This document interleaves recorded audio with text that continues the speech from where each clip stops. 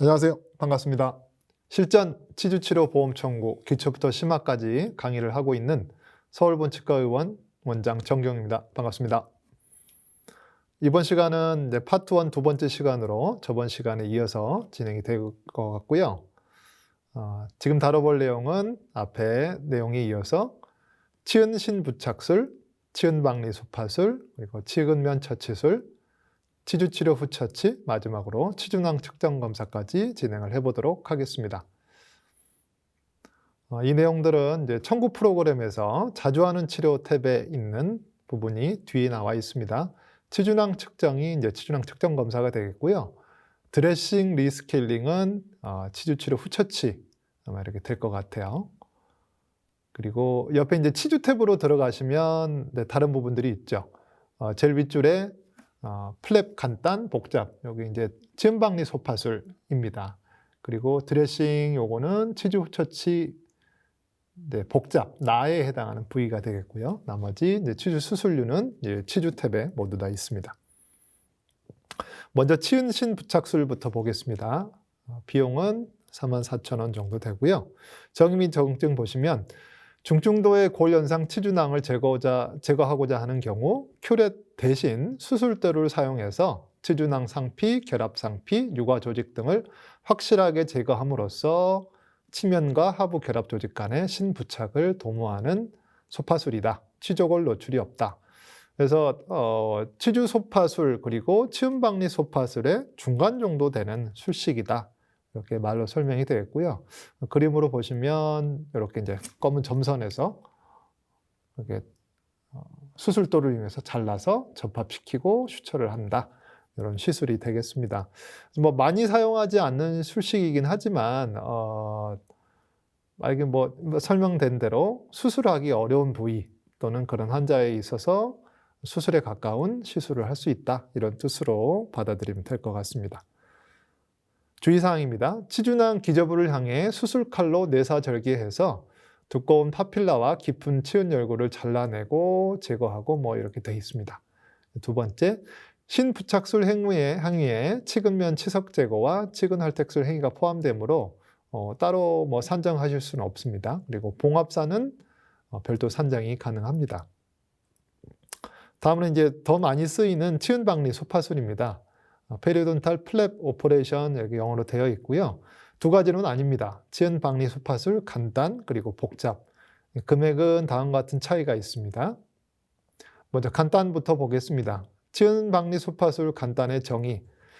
국소 마취 후에 잇몸을 절개해서 치근 부위가 보이도록 박리한 후에 치근이 노출된 상태에서 치석이나 감염 조직을 제거하고 그리고 불규칙하게 파괴된 치조골을 원래의 형태와 비슷하게 형성해주고 봉합하는 술식이다. 1번, 깊은 치주낭이 있거나 분지부 병소의 치료를 위해서 시야 확보를 위해서 하는 경우에 적용한다. 그리고 2번, 골내낭과 골결선 부위의 유과 조직을 제거하고 치근면의 치근할택술을 효과적으로 시행하기 위한 접근을 제공하기 위해서 플랩을 열고 시행을 한다. 이렇게 되어 있습니다. 주의사항입니다. 급성 치주염 상병명은 치주 소파술과 마찬가지로 적용이 불가능하고요. 만성 상병 중에 골후수 정도에 따라 편하게 상병명을 적용하시면 되겠습니다.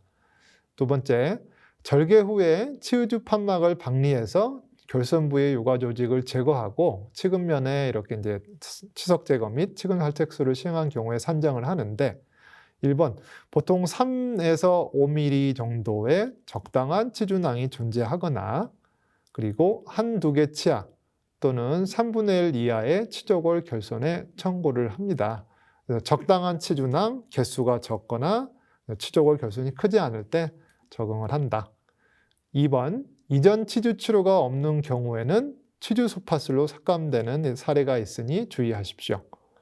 그리고 3번, 치주낭 특정 검사, X선 영상 진단, 마취, 투약, 치주 후 처치 등이 대부분 필요하겠죠. 수술을 했기 때문에.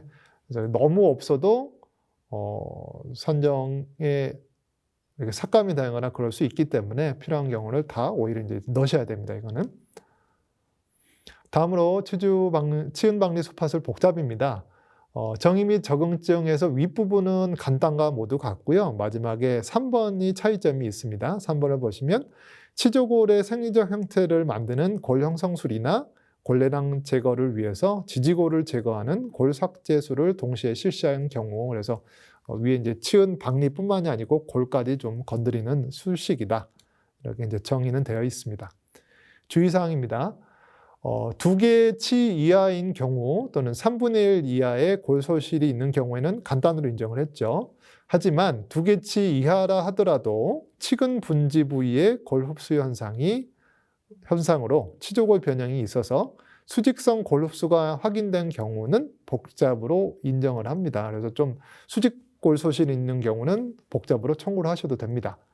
2번, 보통 5mm 이상의 깊은 치주낭, 그리고 치근 3분의 1 이상의 치조골 결손이 심할 경우에 청구를 하실 수가 있고요. 발치와 치분 박리 소파술을 동시에 실시한 경우는 소파술 100% 그리고 발치료 50%를 선정을 합니다. 금액이 높은 부위가 100, 그리고 금액이 적은 발치가 50%가 되겠습니다. 4번은 간단과 마찬가지입니다. 동일 부위에 재실시한 경우에 산정하는 방법이 다음과 같습니다. 6개월 이내에 재실시한 경우에는 100%가 아닌 50%만 산정을 할 수가 있고요. 6개월이 초과된 부분부터는 100% 산정이 가능합니다. 치주치료 후처치는 따로 없죠. 그래서 6개월 내외로 이렇게 100% 50%가 되겠습니다. 아까 설명드린 것처럼 치은박리 소파술이 초진에 시행된 경우죠. 전처치가 없이 아무것도 없이 그럴 경우에는 이제 밑에 보시면 이제 치주 소파술로 인정을 한다.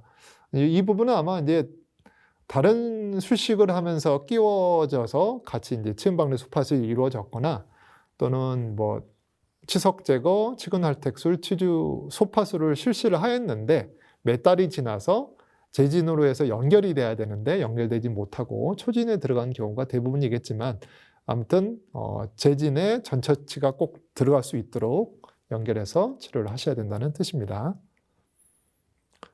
보시면 그래서 예시입니다. 밑에 치은박리 소파술 복잡을 했고 마취, 그리고 치주낭 측정 검사, 그다음에 이제 봉합사까지 잘 했는데 근데 잘못된 부분이 있죠. 초진이라고 이제 잘못 들어간 경우에, 프로그램이 조금 이제 옛날 거거나 뭔가 오류가 있을 경우에 이제 재진으로 들어와야 되는데 초진으로 잘못 들어가면 안 됩니다. 그래서 재진으로 꼭 돼 있는 거를 초반에 좀 확인을 하실 필요가 있고요. 그리고 뭐 다음날 드레싱이라든가 팩이라든가 그리고 그다음 뭐 스티치아웃, 팩 제거 등은 뒤에 나오겠지만 치주 치료 후처치 나아입니다. 치주 수술 후 이걸로 사용을 하셔야 됩니다. 재치료 시 산정 기준을 이제 종합을 해보겠습니다. 보시면 이제 치석 제거는 3개월까지 후처치, 3에서 6개월 50%, 6개월 이제 100% 이렇게 되어 있고요. 치근할택술과 치주 소파술은 좀 더 짧죠. 치은박리 소파술은 다시 또 늘어나서 6개월에서 다시 100%, 50% 이렇게 나뉘게 됩니다. 구별을 지어서 잘 보시기 바랍니다. 데놀닷컴 사이트에 들어가시면 잘 좀 꿀팁으로 정리되어 있는 게 있더라고요. 그래서 거기에서 좀 따와봤습니다. 치석 제거부터 치은박리 소파술, 이제 제일 많이 쓰는 항목들의 조건표입니다. 하나씩 보시면 전처치 마취 처방은 이제 치석 제거에서는 거의 이루어지지 않죠. 불가능하다거나 필요하지 않습니다. 중간에 있는 치근할택술은 이 모든 게 선택적으로 원하시면 하셔도 상관이 없습니다. 세모로 되어 있죠. 하지만 치주 소파술은 특히 마취 같은 경우에는 필수입니다. 앞에 치료 그리고 마취 등이 꼭 필요한 술식이므로 잘 확인하시기 바랍니다. 뒤에 나오겠지만 치주 치료 후처치는 이 세 가지 경우에는 치주 치료 후처치 간단입니다. 그리고 치은박리 소파술 및 그 이후에 치주 수술은 치주 치료 후처치 복잡이 되겠습니다. 산정 단위는 연 1회인 치석 제거 나를 제외하고는 모두 3분의 1하기 되겠고요. 상병명은 실은 크게 중요치는 않은 것 같아요. 치석 제거 연 1회도 치은염 또는 뭐 치주염, 그리고 치주염 뭐 간단, 뭐 복잡 뭐 이런 걸 나눠 수술하는 말도 있었었는데 치은원 상병이 권장되긴 하나 치주염 상병, 공호 하위에 모두 사용하셔도 상관은 없습니다. 그리고 급성, 만성 둘 다 사용 가능한 게 치석제과 치근 할택술이지만 치주 소파술부터는 꼭 만성 치주염 상병을 사용을 하셔야 됩니다. 상병명만으로도 삭감의 가능성이 있습니다. 재청구의 기준은 앞에서 자세히 보셨기 때문에 넘어가도록 하겠습니다. 다음으로 치근면 처치술입니다. 정의 및 적응증 보시겠습니다. 치주 수술 시에 치근에 남아있는 뇌 독소 등 재부착에 장애를 주는 물질을 없애기 위해서 치근면 탈회를 통해서 치근 교원질의 노출과 상하세관의 개방을 위해서 약재를 이용하여 치근면을 화학적으로 처리하는 술식이다. 주의사항을 보시면 치주염 상병명에만 적용을 할 수 있고요. 이것만 단독으로 사용하실 수는 없고, 그리고 치은박리 소파술 이상의 어떤 치주 수술에서 부가적으로 청구할 때만 가능은 합니다. 그래서 구연산이나 테트라사이클린 용액을 이제 구매를 하셔서 그 용액을 적신 면구를 치근면에 수분간 문질러서 적용을 해서 세척을 하시면 청구를 하실 수가 있겠습니다. 임플란트의 치주 수술도 비교를 잠깐 해드리면 임플란트 치아 주임에서 치음을 점막을 박리하고 소파하는 경우가 있죠. 이럴 때는 치은박리 소파술 가나 원하시는 거를 청구를 하실 수가 있겠고요. 치아의 표면 처치술도 적용을 똑같이 하실 수가 있습니다. 치근면 처치술을 적용을 하시면 되고요. 대신에 소정 점수를 200%까지 산정을 가능을 합니다. 화학적인 것 말고도 보시면 이 노출된 스레드를 부드럽게 갈아주는 나사선 성형술 등등도 우리 치근면 처치술에 산정이 가능하니까 참고하시길 바랍니다. 마지막으로 치주치료 후처치입니다. 구강당 청구를 하실 수가 있고요. 두 가지로 나뉩니다. 1번 치주치료 후처치 가는 치석 제거, 치근 활택술, 치주 소파술, 스케일링, RP, 큐렛 이 세 가지에만 시행한 이후에 청구가 가능한 게 치주치료 후처치 가이고요. 가 이외의 경우 치주 수술의 모든 경우는 나로 적용을 하시면 되겠습니다. 금액은 약간 차이가 납니다. 1,380원과 3,510원으로 나뉘게 됩니다. 최근에 치주치료 후처치와 다른 것들이 이제 중복이 되는 경우에 삭감이 되는 경우가 좀 있었는데요. 살펴보시면 수술 후 처치가 구강으로 1일당으로 되어 있기 때문에 동시에 시행되는 경우에 삭감을 하거나 이렇게 되는 경우가 있습니다. 내용을 보시면 동일학 중 3분의 1학 그리고 동일학에서 연결된 한 학이 있으면 붙어 있는 경우에는 만약에 치주치료 또는 치주치료 후 처치와 수술 후 처치, 단순 처치가 동시에 시행된 경우에는 주된 치과 치료의 소정 도수만 산정을 합니다. 예전 같은 경우에는 이제 같이 동시에 되더라도 동일학이면 삭감을 하거나 또는 동일학이어도 스티치아웃인 경우에 또 내역을 달아서 산정을 하는 경우가 있었는데 현재 이것까지도 이제 좀 막아진 상태입니다. 심지어 옆에 이제 인접되는 동일학이 연결된 3분의 1학 같은 경우에도 아무리 내역을 달아도 삭감이 되고 있고요. 또는 이제 반대로 생각을 해보면 동일학이 아니거나 인접된 악이 아니면 또 청구가 가능하다는 뜻도 됩니다. 그래서 이걸 이제 주의하시길 바랍니다. 치주장 측정 검사가 하나 더 남았습니다. 프로빙이죠. 페리돈탈 포켓 테스트라고 되어 있고요. 이제 여러 점을 이제 측정을 하게 되는데 주의사항을 보시면 3분의 1학당 산정을 하고 치주낭을 측정해서 진료기록부에 치아당 2곳 이상을 기록하면 인정을 해줍니다. 1mm 단위로 기록을 하고요. 대개는 학교에서 배우듯이 보통은 이제 6군데, 안 그러면 4군데 이렇게도 적용을 하는데 아무튼 치아당 최소 2곳 이상은 기록을 하셔야 된다는 뜻입니다. 그래서 이제 예전에 종이 차트를 사용할 때 이렇게 이제 도장 같은 것도 많이 썼었죠. 종이에 이제 찍고 아니면 손으로 그리기도 하고 이거 그리는 것 자체도 좀 일이었던 것 같아요.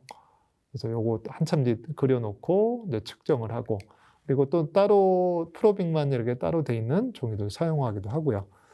이제는 많이 달라졌습니다. 그래서 전자차트로 넘어오면서 취준항 측정 버튼을 눌러보면 간단하게 뭐 도장 필요 없이 하나씩 이제 클릭하면서 좀 더 편하게 될 수 있는 그런 거 좀 많이 발전이 된 것 같아요.